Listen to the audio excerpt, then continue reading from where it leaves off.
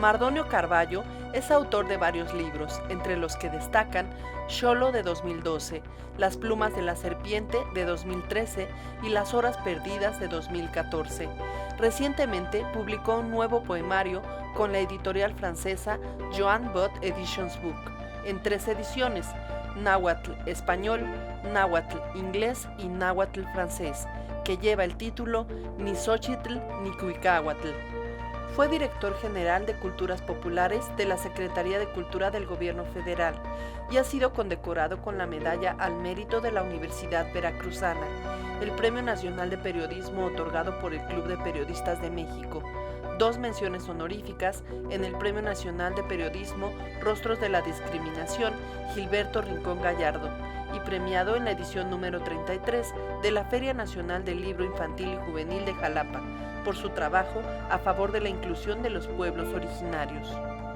Como actor de cine, ha sido dirigido por Salvador Aguirre, Jorge Fons, Gita Schiffer y Ernesto Contreras. En la televisión pública, condujo el programa La Raíz Doble para Canal 22, así como Mercados y Marchantes para Capital 21. Es colaborador semanal en el noticiero Aristegui Noticias y conductor de la emisión radiofónica Xochicoscatl, Collar de Flores para Radio UNAM. Pues aquí estamos con nuestro gran invitado de esta semana, Mardonio Carballo, un gran amigo, poeta, literato, activista. Y lo que se acumule esta semana, John. Gracias por la invitación. Qué gusto, aquí a tu casa, a la casa de todos los mexicanos, a la UNAM. Un privilegio. Mira, estás presentando un nuevo libro. Empezamos con eso y luego quiero escuchar pues muchas cosas sobre tu trayectoria y todo lo que has estado haciendo en estos años. Pero lo más reciente es un libro que acabas de presentar. Así es. En París. En París, en la Casa de la América Latina en París. Así es, que se llama La canción de las flores, ¿no? Sí. En que tuviste pues una casa llena con, pues claro, una parte de la comunidad latina, mexicana allá, pero también mucho interés internacional y de los mismos franceses en esta oferta cultural que estabas haciendo. ¿De qué se trata tu libro más reciente? ¿Cuál es la misión? ¿Cuál es el contenido?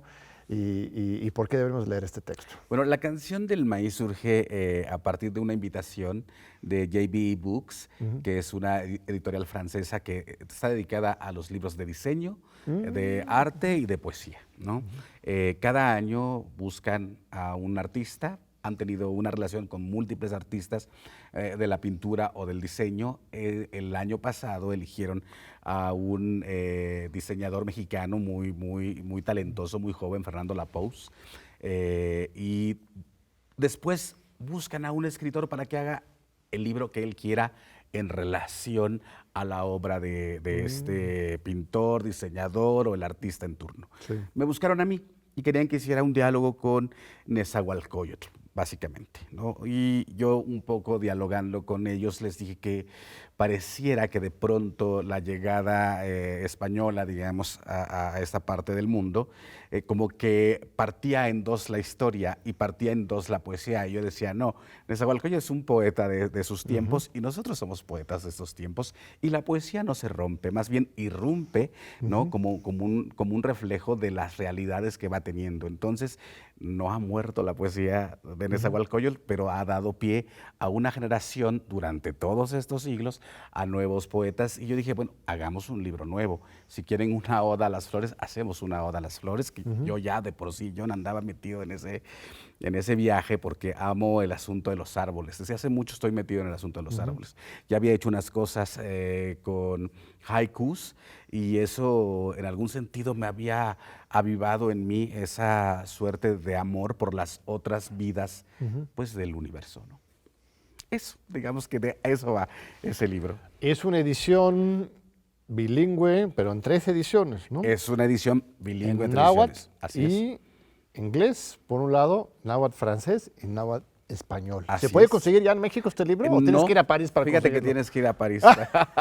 Maravillosamente no, maravillosamente ahora con todo lo que pasa con internet, lo puedes pedir por internet y te llega en 15 días. Ah, perfecto. Es un libro que no tiene distribución en México todavía, que también eso me parece constituye una suerte de hito, ¿no? No sé qué tantos poetas en lenguas indígenas logren que una editorial Claro. extranjera los edite y casi siempre son libros traducidos a Claro. otros idiomas, pero lo hace el mismo autor o lo hace la editorial mexicana. Aquí es al revés, es una editorial francesa editando un libro en lenguas indígenas que la Casa Llena de la Casa de la América Latina en París creo que tiene unas cosas bien interesantes de leer, John. Creo que ven algo de frescura Claro. en esta parte del mundo, sobre todo en las lenguas indígenas. Es que Europa está en una crisis. Bueno, quizás siempre ha estado en una crisis, ¿verdad? Por eso hay 2 guerras mundiales y todo lo que venía antes y después, pero hoy hay una crisis, hay una reflexión también profunda en Europa y hay una necesidad de abrevar de otros ríos de profundidad, autenticidad. El contenido de tu libro, o sea, la canción De las flores. Las flores. Ni Xochitl ni Cuicatl en náhuatl. ¿Por qué ese título? ¿Qué significa? ¿Cuáles son algunos de los poemas? Hay una suerte de contemporaneidad de la expresión que utilizaban los antiguos mexicas para decir poesía, para nombrar a la poesía se decía in Xochitl in Cuicatl. Yo hice invertí un poco digamos, ahora la consonante N y la vocal I y puse, en lugar de in, puse ni, que quiere decir literalmente soy flor, soy canto, que no es otra cosa que poesía, pero entendido de una manera muy contemporánea. Era como traer a estos días esa expresión que ya de por sí nombraba a la poética, ¿no? Es un libro que está haciendo, es una oda a las flores y a yo decía que a los otros seres vivos, ¿no?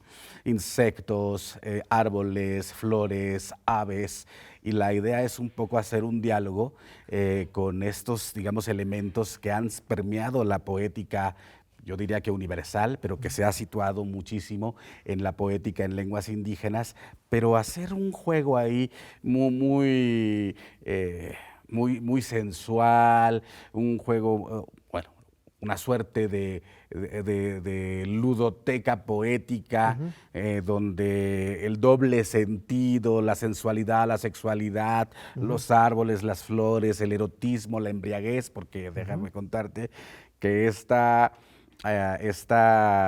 editorial editan esos libros en conjunción con una marca de champán que es Perrier Jouet, ¿no?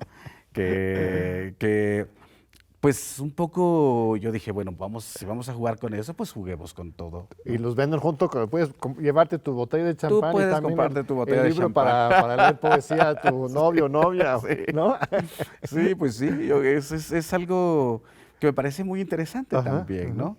Que en este caso ambas iniciativas privadas, ¿no? Claro. Hagan un guiño a la poética en lenguas originarias del continente americano. Es fascinante porque hay un contrapunto interesante. Unos grandes poetas franceses del siglo XIX, Baudelaire, escribió un libro de poesía que se llama Las flores del mal, que también hablaba de la embriaguez. Era un señor que le gustaba muy libre, pero justo tenía esta cuestión más oscuro y pesimista, ¿no? Aunque también encontrando la magia en el dolor humano, en fin, pero aquí tenés como un contrapunto fascinante, ¿no? Aunque América Latina ahora con sus propias flores está pues un poco salvando a Europa. Bueno, no sé, estoy exagerando, pero me parece muy interesante la propuesta. Sí, un aire fresco. Yo sí lo veo porque justo esto, la Casa de la América Latina se llenó, 350 personas, vendimos 150 ejemplares de un libro de 40 euros. Me parece interesante en tanto que yo decía que era una suerte de frescura. Yo hacía una metáfora del colibrí que dicen que intentaron llevarse colibríes fascinados por esta avecilla mexicana, o de este lado del planeta, y que ningún colibrí llegó a Europa. Yo decía, claro, el colibrí decidió quedarse en casa, ¿no? Sin embargo, hacía otra metáfora con esta otra ave, que es el cenzontle, que dicen que en su siringe, que con su siringe puede imitar la voz de todas las aves. Pues ya es sabes. el poema de Nezahualcóyotl, ¿no? Ajá. Atribuido falsamente a Nezahualcóyotl. A ver, Sí, cuéntanos sí. de eso. Amo el canto del cenzontle, pájaro de 400 voces, amo el color del jade y el enervante perfume de las flores, pero amo más a mi hermano, al hombre. Miguel León Portilla decía que eso era falsísimo. A ver, ¿de Sí, quién es el poema sí. entonces? Nada, no se sabe, pero que no era necesariamente de Nezahualcóyotl. Entonces, pero sí, digamos que yo hacía esa metáfora que al cenzontle le toca hacer la memoria del colibrí, y al colibrí le toca decir cosas también, quizá dolorosas, de una forma poética, pero también yo decía que el pico del colibrí sea la espada y sea la caricia al mismo tiempo. Y me parece que eso otorga, digamos, o se incrusta en este momento del mundo, porque yo creo que el mundo está en crisis, ¿no? Se incrusta en este momento en una suerte de todo el mundo andamos buscando asideros identitarios. Y entonces pienso que los grandes temas, a reserva de lo que pienses, John, es la migración, el feminismo, los pueblos indígenas y el movimiento queer, ¿no? Claro. Todas estas nuevas identidades de género. Entonces me parece que ahí hay una cosa muy interesante que leer, ¿no? Claro. Una América que está dotando de frescura, ¿no? Con estas metáforas, ¿no? A Europa. Estábamos hablando recientemente con Jaime López Vela, ¿lo conoces? Sí, claro. Reflexionando sobre cómo la Ciudad de México legalizó el matrimonio mismo sexo antes que París o San Francisco, por Sí, ejemplo. sí, sí. O sea, sí estamos dando unos pasos interesantes. A ver, de los poemas, ¿por qué no nos compartes uno o dos? Si nos permite la audiencia, vamos a Sí. escuchar aquí a Mardonio Sí, que sí, exponga y que nos traduzca y que nos explique rápidamente. Xiconi necuni no xochitl, xipipitzo, xiconi iayo, pilnexin, xinetziquipilo. Huele mi flor, chúpala un poquito, bebe de su agua, abeja, dame un pellizco. Digamos. Ese es uno, y otro, no recuerdo muy bien el náhuatl, pero ahorita lo hago la traducción. El árbol no se inmuta, esquiva al viento, no discute, baila. Necuahuitl, Ashmosisinía, Ashmolinía, San Huetzcatica. Más o menos de eso va. Son súper muy pequeños, muy pequeños, porque sí que quería... hicimos un juego de 40 poemas muy pequeños, muy breves, 3, 4 líneas, y 9 poemas largos, que también me parece que correspondían a una etapa en la que a mí me gusta la idea de... Me gustaba más cuando empecé a escribir el libro, escribir cortito, pero después me gustó escribir otra vez largo. Porque, no sé, pues así son los procesos creativos. De pronto, ahora estoy otra vez en la brevedad, ¿no? Cada vez me cuesta más trabajo escribir poemas de largo aliento, que cuando era más joven era como lo que me gustaba, ¿no? Interesante. ¿Tenías más paciencia cuando eras joven? Pues yo creo que sí. La paciencia es una cosa que, pues, bueno, no sé, yo creo que se va cultivando, pero a veces a unos no nos sale tan bien. Es interesante este proceso de maduración del ser humano. Cuéntame, ¿por qué no estudiaste filosofía o No. poesía al nivel doctorado? Tú eres un autodidacta Absolutamente. nato, o sea, una persona que se comprometió consigo mismo, con la sabiduría, con el conocimiento, con el lenguaje bilingüe. No sé si hables otro idioma. Más o menos, sí, también, sí. ¿Cuáles otros idiomas hablas? Inglés, más o menos. ¿Inglés? Sí. Entonces, este proceso, pues yo me atrevo a decir que seguramente valoras el conocimiento y la expresividad, la creatividad, más que pues, muchos doctores, ¿no? Que han estudiado mucho, pero no saben ejercer, Sí, ¿no? pues sí, yo soy autodidacta, digamos que en términos estrictos fui a la secundaria. Me ha gustado muchísimo hacerme cargo de mi conocimiento, del conocimiento, porque me parece, bueno, en principio habría que decir, y eso es muy importante, sobre todo teniendo en cuenta que estamos en TV UNAM de la Universidad Nacional Autónoma de México, y que yo tengo un programa en Radio UNAM también, ¿no? Claro. Que es muy importante decir que no todas toda la gente logra ir a la escuela, ¿no? Claro. Yo recuerdo cuando llegué a la Ciudad de México, que fue en 1988, recuerdo que muy entusiasmado, ¿no? Pero la verdad es que viniendo del interior de la República, siendo indígena, teniendo el apoyo precario de una hermana que también ganaba bien poquito, obviamente al final de cuentas terminamos abandonando digamos, ese viaje para el cual yo me había embarcado, ¿no?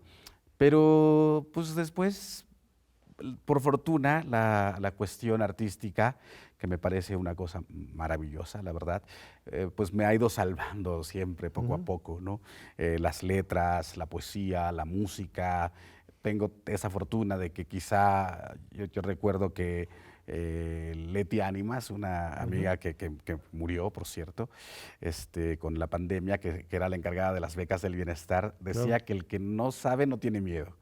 Y a lo mejor un poco en ese no saber ciertas cosas y no saber las especificaciones de ciertos grados, que ciertos grados académicos te dan, tampoco me dotó del miedo inherente también a la traición, a esto, de no ir por aquí, no ir por allá. ¿Te libera quizás? Yo Sí. creo que eso me liberó muchísimo y entonces he hecho de todo. Ahora estoy clavado también en la cocina, ¿no? Y mi siguiente libro va a ser sobre gastronomía, obviamente, pero sí, no tengo miedo, o sea, nada. Entonces, con ese arrojo del que desconoce, pues me fui haciendo paso en la poesía, en la música, pues en los libros, en la parte política, en el activismo, en la lingüística, en fin, en los idiomas también. Y creo que eso, pues sí, estoy muy orgulloso de eso, la verdad. Cuando entré a la Dirección General de Culturas Populares por invitación del Poder Ejecutivo de este sexenio, recuerdo que había una nota, no sé de qué periódico, pero decía de eso, es que Mardonio solo tiene secundaria. Y yo decía, déjenme contestarle, porque es muy importante, es muy importante. O sea, incluso en la UNAM saber qué porcentaje de la gente que hace un examen a la UNAM, cuánta gente logra entrar a la UNAM. Y además, hay miles de personas en la UNAM que solo tienen secundaria. Se llaman estudiantes de bachillerato y son jóvenes brillantes y creativos. Sí. Te invito alguna vez, cuando puedas, a que te reúnas con los colaboradores del periódico Goya, que creamos, que es el nuevo periódico de los estudiantes y las estudiantes de la UNAM. Algunos de los más literatos creativos son precisamente chavos de 15, 16, 17 años que con esa frescura, ¿no? Tienen una gran libertad y nos están dando unas lecciones a toda la comunidad a leer cada vez que salga este periódico de Goya. Y es impresionante. Y son obras que no hicieron para la escuela, sino libremente. Claro. Necesitamos más de estos espacios y valorar, claro, la educación formal tiene su No, papel. claro, no. Pero, yo siempre digo, a uno no les funciona, a unos no, les claro, funciona más lo pero estructurado. estuvo aquí con nosotros Mario Campañas, un poeta ecuatoriano, no se lo ubicas, No. vive en Barcelona, tienen que Ok. conocerse porque vino a dar una conferencia en la UNAM, lo invitamos en octubre y pasó por aquí el TV UNAM, pasó hace unas semanas la entrevista con él y él hace una crítica muy clara de la manera en que entendemos la meritocracia, ¿no? Ok. Que muchas veces confundimos el esfuerzo y la creatividad, ¿no?, del ser humano con este tema de los títulos de las instituciones, ¿no? Que muchas veces la cultura académica reproduce la misma cultura pues, de los reyes y de los institutos y del elitismo, ¿no? Entonces hay que romper con eso, entender que el conocimiento de la creatividad está por todas partes. Fíjate que ¿no? incluso yo ahora podría hacer una carrera, Claro. pero he decidido que no, he decidido que yo no quiero, he decidido reivindicar y reivindicar el autodidactismo y generar una política a partir de eso, ¿no? O sea, la mayoría de los indígenas mexicanos tienen como máximo nivel el mío, la secundaria, y eso es una realidad, ¿no? Una realidad que intrínsecamente está ligada a los derechos violentados, a los derechos lingüísticos violentados de los integrantes de pueblos indígenas, ¿no? Al déficit de infraestructura que hay en este país con relación a los pueblos indígenas, ¿no? Entonces, todo eso me parece, podría hacerlo, pero decido que no. Decido que no. Mario terminó su tesis doctoral, iba caminando a entregarlo y se regresó a su casa. Digo, no voy a entregar porque voy a convertirme en un esclavo de la academia, dice a él. Muy respetable, me parece muy interesante. Y en la UNAM tenemos políticas importantes, ¿eh? Luego, a ver si nos visitas en el programa universitario de interculturalidad, ¿no? Sí. Que dirigía José del Val, en paz descanse. Ahora Carolina Sánchez, y tenemos miles de becarios. Sí, lo sé. Pero nos están llamando a corte. Vamos a corte. Regresamos ahorita en unos minutitos con Mardonio Carballo para seguir hablando de estos y muchos más temas. No se vayan. Aquí seguimos con Mardonio Carballo. Vamos a hablar de política ahora ya. Fue mucha poesía. Lo sagrado, vamos a lo profano. Fuiste diputado constituyente, fuiste director general de cursos populares de la Secretaría de Cultura.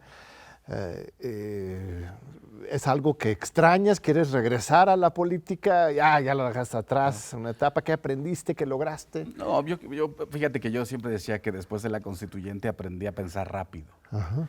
Porque ahora, es que no saben, pero en los entretelones decías de la dificultad de las películas, ¿no? Ajá. Supongo que el director avispado tiene que decidir qué va, si ve algún guiño importantísimo de su actor, aprovecharlo. Y pienso que la política es un poco eso.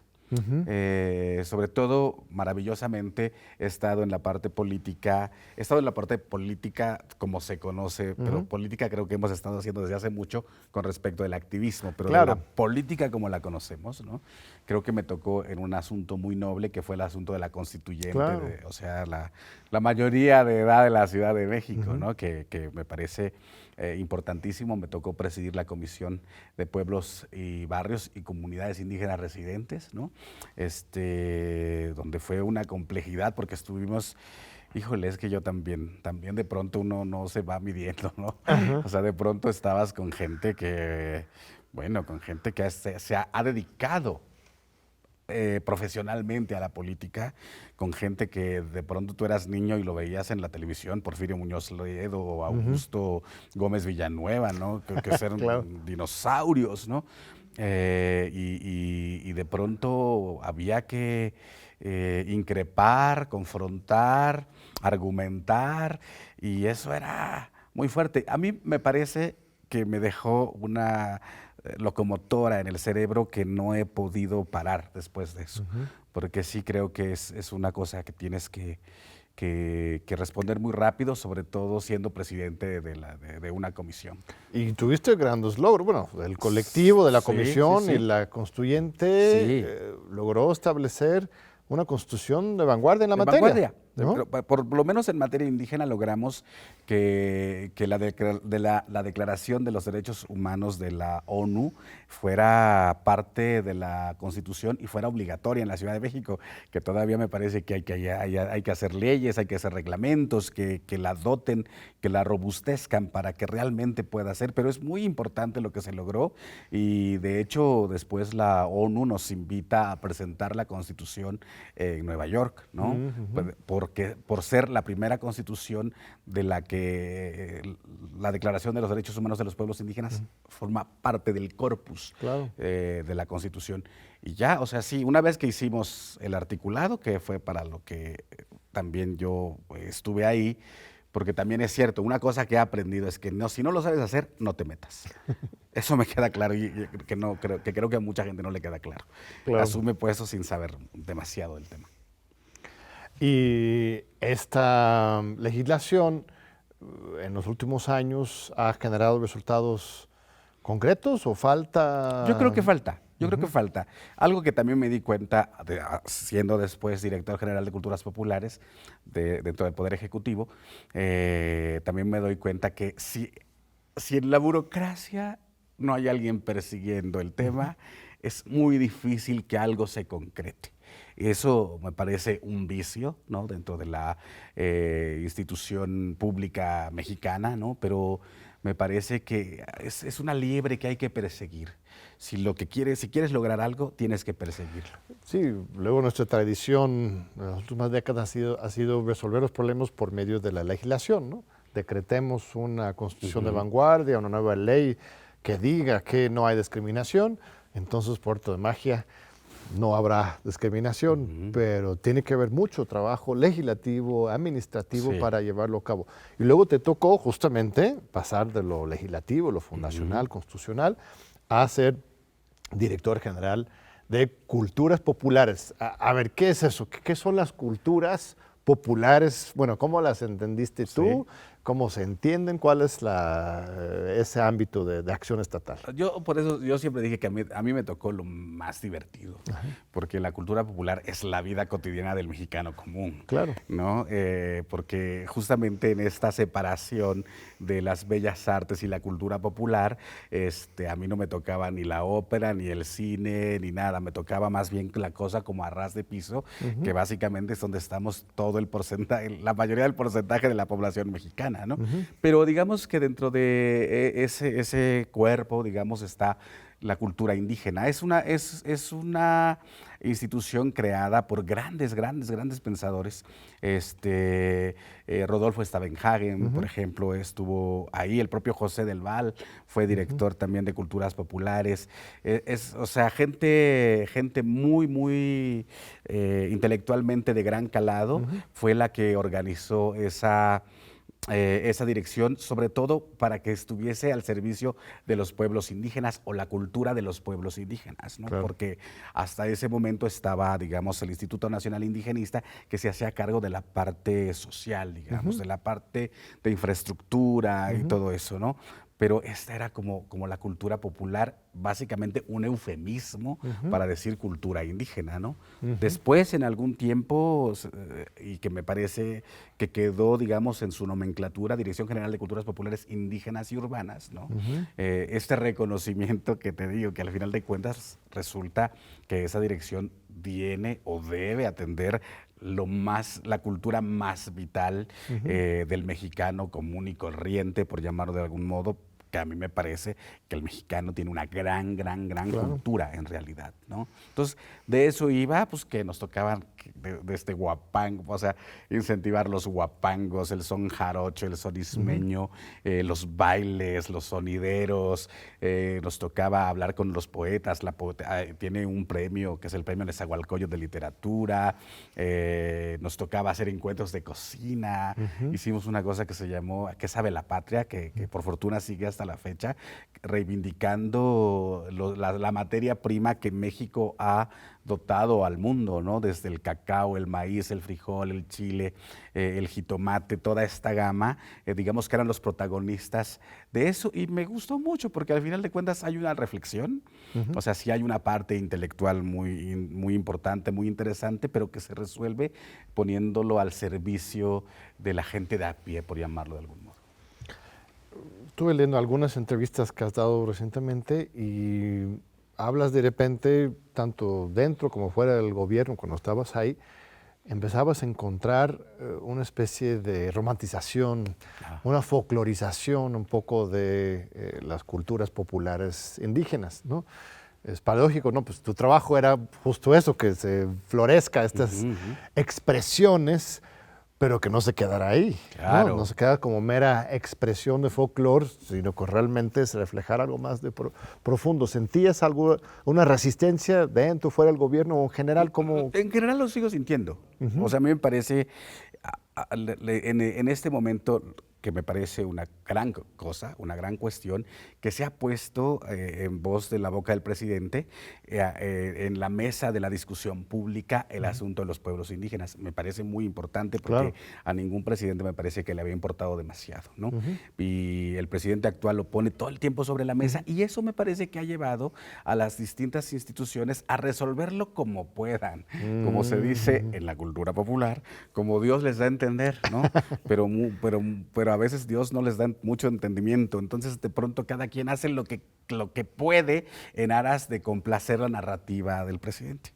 Entonces sí me parece que hay mucha folclorización, hay mucho romanticismo, hay mucha, me parece, no entendimiento, digamos, ¿no? O sea, los pueblos indígenas, para que produzcan esos huipiles hermosísimos, tienen que estar vivos, y para que estén vivos necesitan tener hospitales cerca, necesitan que nadie les cuarte su libertad de hablar su lengua en cualquier lugar, necesitan medios de comunicación, necesitan radio, necesitan televisión, necesitan educación en sus propias lenguas, ¿no? Entonces, eso de pronto que coloca, digamos, a los pueblos indígenas más allá de la cultura, sino de la justicia y de la dignidad. De pronto me parece que incluso en los derroteros de la cultura se romantiza demasiado. Entonces me parece que eso es algo que hay que cambiar, porque yo siempre decía, incluso estando dentro del gobierno, yo decía que no hay lenguas, porque también esa es otra, se ha romantizado mucho el uso de la lengua, pero no hay lenguas sin pueblos que las hablen. Así es. Entonces, para que eso ocurra, pues hay que atacar otras cosas de base también. Sí, una lengua es un punto de vista sobre el mundo, es una visión integral del ser humano, de la naturaleza, de todo lo que existe. No son solamente palabras, es un sistema de creencias y de ideología incluso, ¿no? No, yo decía que de pronto, o sea, llevándolo a una cosa, a un sueño guajiro, ¿no? De pronto, si los idiomas hegemónicos del mundo no han logrado poner de acuerdo al mundo, a lo mejor estaría bien que pudiésemos encontrar las soluciones en esas otras palabras cuyo sistema semántico ha logrado hacer otras cosas. El náhuatl, por ejemplo, es una lengua aglutinante, ¿no? Y que justo lo decía ahora en París, junta raíces y crea conceptos, los que quieras, ¿no? Que por cierto, cuando hice la traducción al libro de haikus era terrible, porque el náhuatl no hace chiquitas las cosas, el náhuatl las hace grandotas. Entonces, las reglas del haiku de 5-7-5 sílabas era terrible. Pero justo yo decía que un poco el asunto del náhuatl, por ejemplo, es que no hay malo, John. No se puede decir malo. No hay malo. No hay un diablo. Hay bueno o hay no bueno. Y eso me parece fundamental, porque se aleja de la idea judeocristiana de la culpa. Claro. ¿No? Es bueno y no bueno. Y eso me parece maravilloso.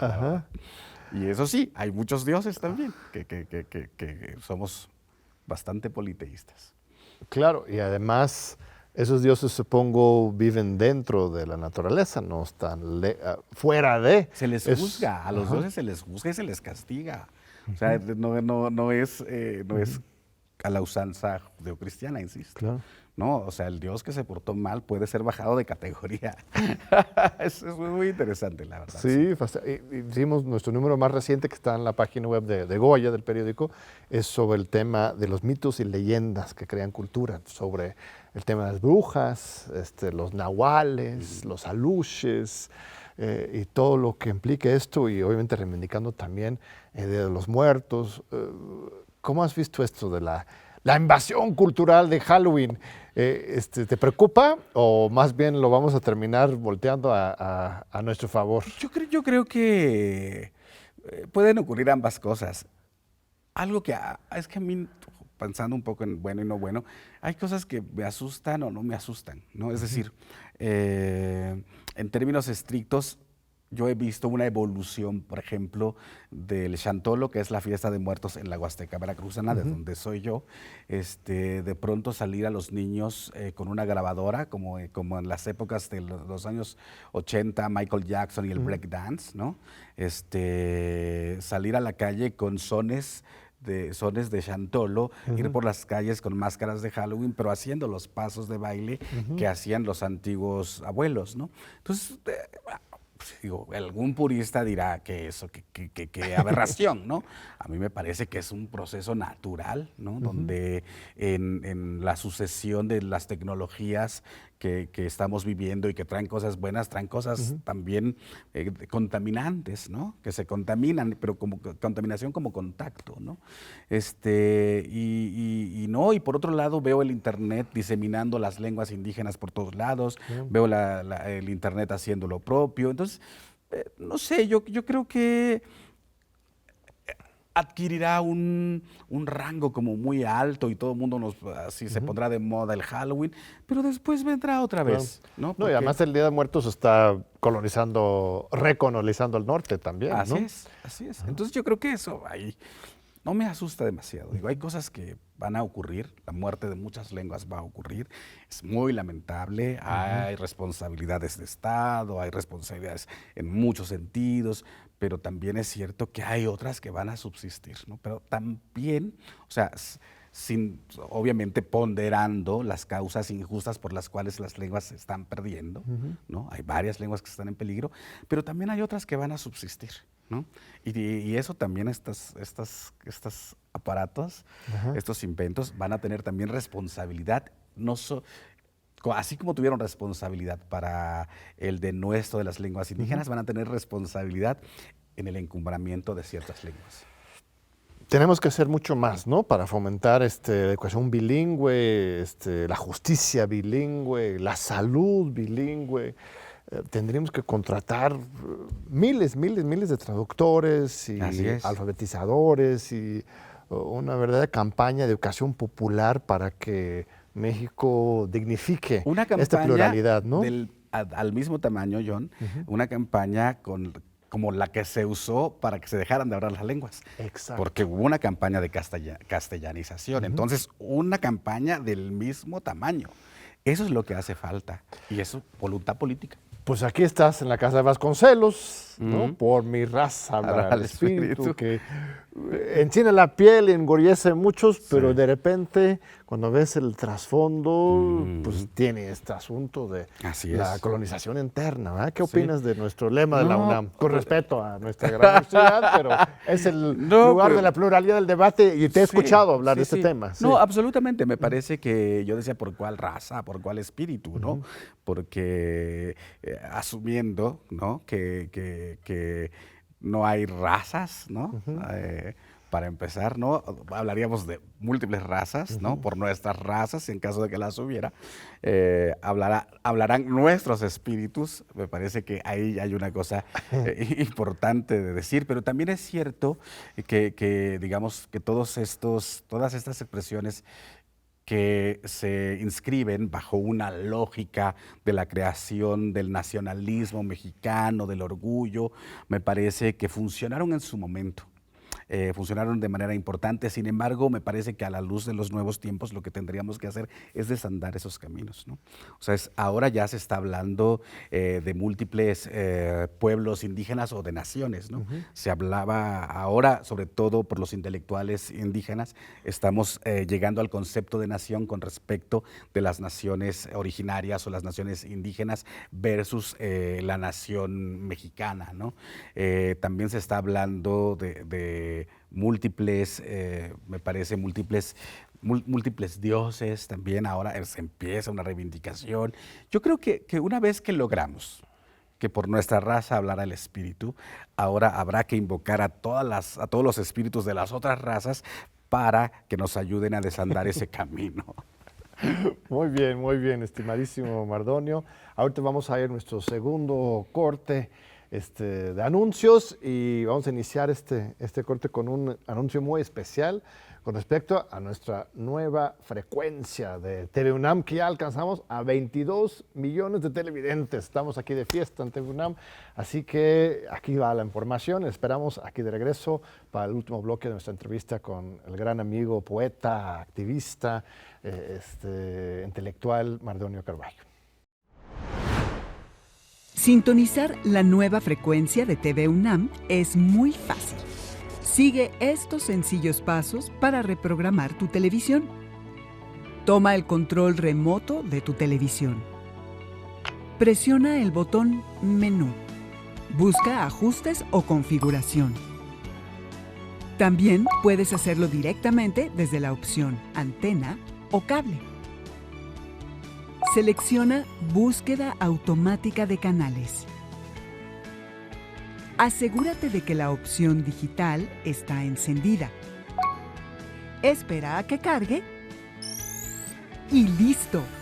Disfruta tus programas favoritos de TV UNAM por el 20.1 con mejor calidad y mayor cobertura. Si tienes alguna duda, pregúntanos a través de nuestras redes sociales. Aquí seguimos con Martonio Carballo. Gracias a nuestro público, gracias, estimado amigo, Hombre, gracias, John. por seguir con nosotros. Me quedo con lo que compartías al final del bloque anterior. Tenemos que hacer unas nuevas misiones culturales, ¿no? Ese es el proyecto de Calles de Cárdenas, una nueva revolución de las conciencias, que la cuarta transformación retome lo de la tercera, pero hasta lo ponga de cabeza, así como Marx a Hegel, ¿no? Le pones de cabeza, retomar así la idea del apoyo a la cultura, pero en lugar de uniformar, diversificar, Sí, ¿no? sí, pues es que en la diversidad está el... Y que los Lo jóvenes, bueno. que los jóvenes universitarios participen en grandes, ¿no? Ya lo estoy imaginando, ¿no? ¿Crees que se puede hacer el próximo sexenio, ahora que ya estamos en plena campaña? ¿Qué le dirías a Claudia Sheinbaum, a Xóchitl? Ella dice que defiende la causa indígena, no sé si Sí. le crees Sí, a no, Xóchitl. no muy, la verdad. No, pues yo creo que sí hace falta una verdadera voluntad política. Pienso que cuando surge el EZLN se acusaba al movimiento indígena de querer balcanizar al país, ¿no? Pero a mí me queda claro cuando el EZLN dice nunca más un México sin nosotros, ¿no? Porque ahora hay una corriente que dice un nosotros sin México, ¿no? Que ya son compañeros indígenas intelectuales que están lanzando esa otra idea, ¿no? O sea, un nosotros sin México. Un nosotros sin México, sí, sí, sí. A ver, ¿eso qué significa? Es un poco el reconocimiento a las naciones y el no reconocimiento del Estado mexicano como aglutinador, ¿no? En tanto que en la construcción del Estado mexicano, como lo conocemos hasta ahora, no se tomó en cuenta a los pueblos indígenas, ¿no? Entonces hay una corriente intelectual que está planteando eso, ¿no? En reconocimiento a las naciones indígenas, ¿no? Pero yo creo, yo soy más de la vieja guardia y me gusta mucho más lo que decían los zapatistas, ¿no? Nunca más un México sin nosotros, que me parece que en esa acusación de aquellos años donde se les acusaba de querer balcanizar al país, me parece que al contrario, lo que ellos estaban pidiendo y han estado exigiendo desde hace 30 años, pues es el reconocimiento de los pueblos indígenas como parte fundamental de este país, ¿no? Entonces, pues nada, que hace falta verdadera voluntad política y que la verdad es que se puede hacer.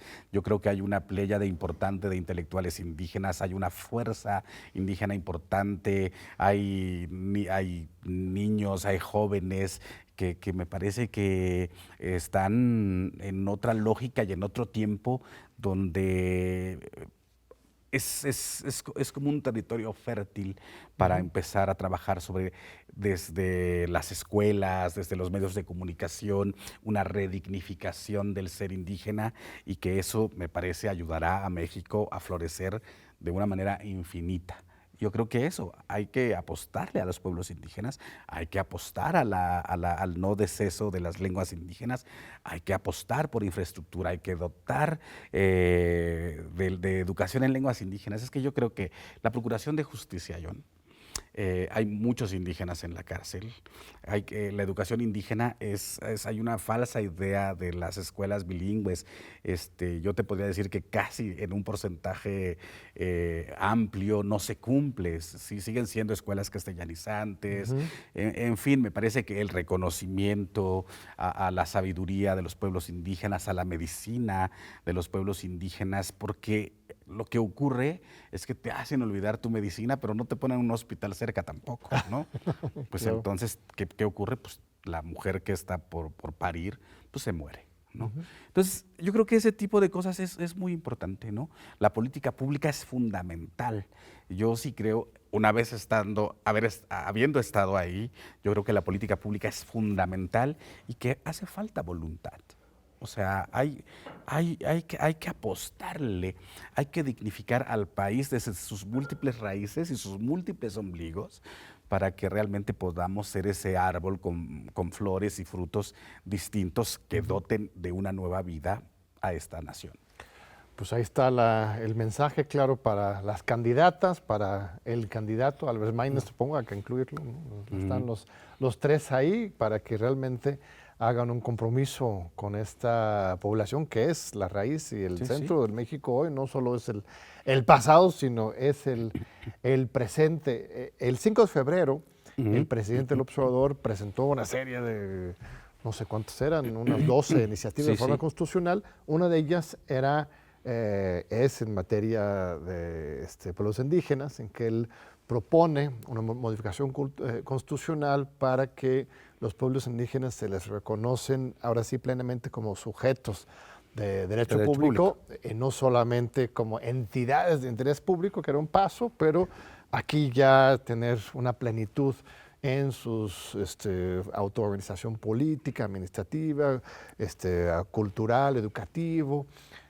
No pasa al nivel de propiedad sobre el subsuelo, que era una cosa que siempre peleaban los mismos zapatistas que mencionaste, pero esta propuesta a la vez positiva. Yo la veo positiva, o sea, yo veo un paso importante, pero sí creo que habrá que defenderla.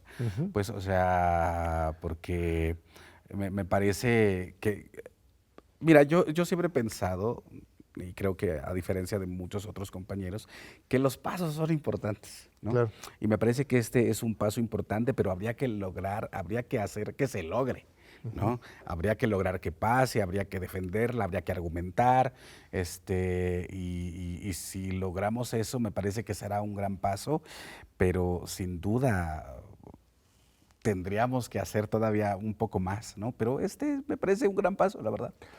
Sí, ojalá realmente se haga, como dices, que no sea solamente un ejercicio simbólico en el contexto electoral, sino que después de las elecciones, logrando el planceo, ¿no?, que él está buscando en general, que lleguen los nuevos diputados y senadores y que cumplan con este compromiso histórico que no solamente es de Andrés Manuel, sino es de justamente el levantamiento zapatista. Los acuerdos de San Andrés son 30 años. 30 años. 30 años. ¿Recuerdas dónde estabas el 1 de enero de 1994? Sí, yo ya vivía en la Ciudad de México, tenía 19 años, y recuerdo que fue una suerte de sacudida que no sabía bien a bien por dónde me tocaba y por dónde me agarraba, pero que yo sabía que yo tenía que estar cerca de ese movimiento.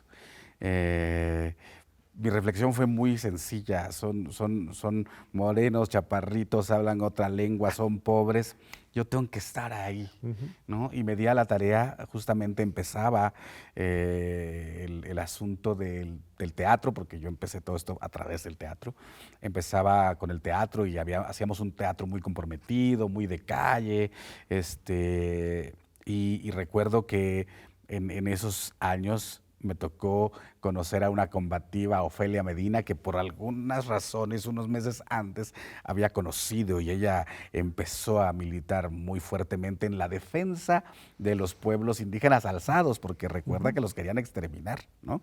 Cuando vino la guerra contra el EZLN, que muchos lo niegan, hubo una guerra real para exterminar a la semilla zapatista.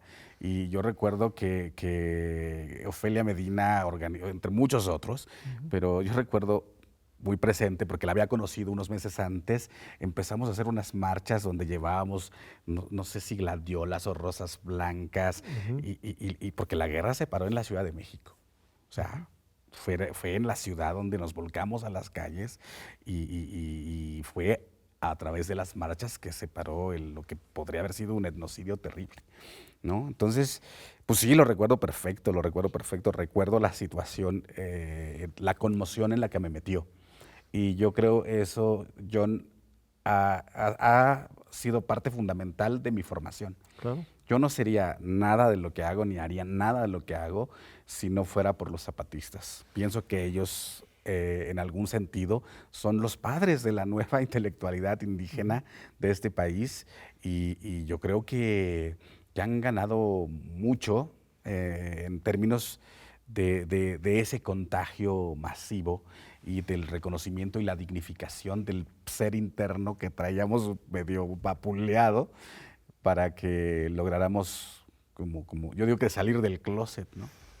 Es fascinante, Mardonio, porque, mira, somos más o menos del mismo vuelo de edad. Yo nací en 73, yo en ese momento tenía 21.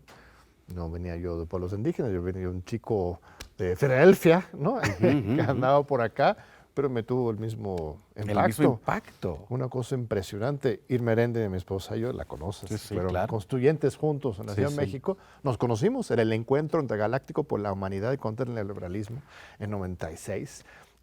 Absolutamente formó toda una generación, no solo de intelectuales indígenas, sino de toda una generación de pues estos nosotros, los cincuentones ya, Sí. Y sí es muy importante recordar, y no solo recordar, sino preguntarnos por qué hoy, o sea, yo recuerdo las discusiones en 96, 97, el PRD, el zapatismo, ¿no? Cómo encontrar alguna manera de articular movimiento y partido y movimiento. Y ahora como que está totalmente separado, ¿no? O sea, el partido ya ganó, pero pues ahí anda por las altas esferas, el movimiento ahí sigue, pero también de repente caen unas posiciones sectarias, ¿no? Lo que luego dicen los nuevos zapatistas, nuevos neozapatistas, porque de por sí ya eran neozapatistas, ya pero eran, los más recientes, de repente condenando absolutamente cualquier esfuerzo político electoral, ¿no? ¿Hay esperanza de rearticular esta izquierda social y política o ya perdimos el barco? Fíjate que yo creo que serán unas generaciones nuevas las que harán ese vínculo y ese puente. Pues yo creo que en relación con el gobierno actual, el gran peso es la legitimidad de Andrés Manuel.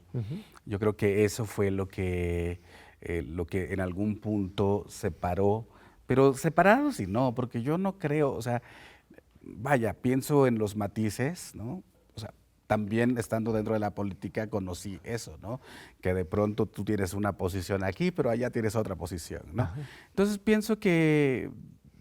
creo que hay una separación que me parece que tiene que ver con en la cuestión ideológica, ¿no? Cuando dos titanes se encuentran, creo que ese es un poco para mí como la imagen, ¿no? Yo creo que estamos ante el movimiento más importante, al movimiento social más importante de los últimos, del siglo pasado, que me refiero al EZLN, y me parece que estamos también junto a uno de los líderes más importantes de los últimos tiempos. Y eso tiene su peso, y cuando los dos dicen que vamos por caminos distintos, pienso que la separación se hace más profunda, pero básicamente porque estamos ante un encuentro de titanes, creo. Sí, el zapatismo y obradorismo, ¿no? Así Son es. las dos grandes corrientes de estas últimas décadas, ¿no? Son los últimos, un liderazgo más colectivo, digamos, y un liderazgo más individual, ¿no? Pero me parece que son los dos grandes liderazgos ideológicos más importantes del último siglo y del que va corriendo. Fíjate que ya entiendo algo, porque recientemente me encargaron un capítulo sobre zapatismo y otro sobre obradorismo, y no puedo terminar ninguno de los dos porque querías despacharlo rápido y me di cuenta que no estoy tocando justo el fondo de estas décadas, este tiempo actual, y además viene lo que van haciendo, ¿no? Tú mismo lo decías, el feminismo, la migración, ¿no? Los pueblos indígenas, incluso, o sea, me parece esta suerte de que antes y sobre todo hacia adentro del movimiento indígena, este cuestionamiento de lo patriarcal, de lo machista, de lo homofóbico, o sea, hay muchas cosas que al interior de los movimientos también están en discusión y que me parece muy sano. Hay una autocrítica dentro del mismo movimiento indígena. Por supuesto que sí. Y eso me parece fundamental. Como recuerdo, Diego Fernández Ceballos criticando los acuerdos de San Andrés diciendo por qué eran unos patriarcales los indígenas, ¿no? Él, el señor patriarca, que quién sabe qué Claro. hacía con las mujeres, pero una cuestión muy agresiva. No, él es él- su personaje, digamos. Así ¿no? es. Así es, y él atreviéndose a criticar desde la civilización blanca que él supuestamente representa, ¿no? Y, en fin, es muy perverso este sistema en que estamos viviendo. Nos quedan unos minutos más. Sí. Un mensaje para los jóvenes. Bueno, en primer lugar, los jóvenes indígenas que están estudiando en la UNAM, que ven su canal, y en general a los estudiantes de las juventudes de hoy. Tlahta, Titelpocatl, Namansi, Tlahuelxitl, Tlazotla, Nopatlen, Motlahnamiquilis, Ximohueimati, Kemantitlahtos, Nopatlen, Totenantlahtolme, Ma Mitzixtocacan, Axqueman, Ma Mitzixtocacan, Ximohueimatican, Pampa, Tlahquenopatischiwa, Tistlepanitas, Motatagua, Munanagua. Estoy diciendo que respeten su cultura, respeten su lengua, que se adentren en ella, que profundicen en ella, que esa es la única manera de honrar a nuestros ancestros, a nuestros abuelos, a nuestras abuelas. Es la única forma, meterse realmente y filosofar desde nuestras lenguas. Pues muchísimas gracias, Gracias a ti, John. querido Mardonio. Gracias, qué gusto volver a verte. Al contrario, un honor. Gracias. Y gracias a nuestro muy querido público aquí de TV UNAM. Te esperamos de nuevo en 8 días aquí en tus Diálogos por la Democracia. Ahí estamos.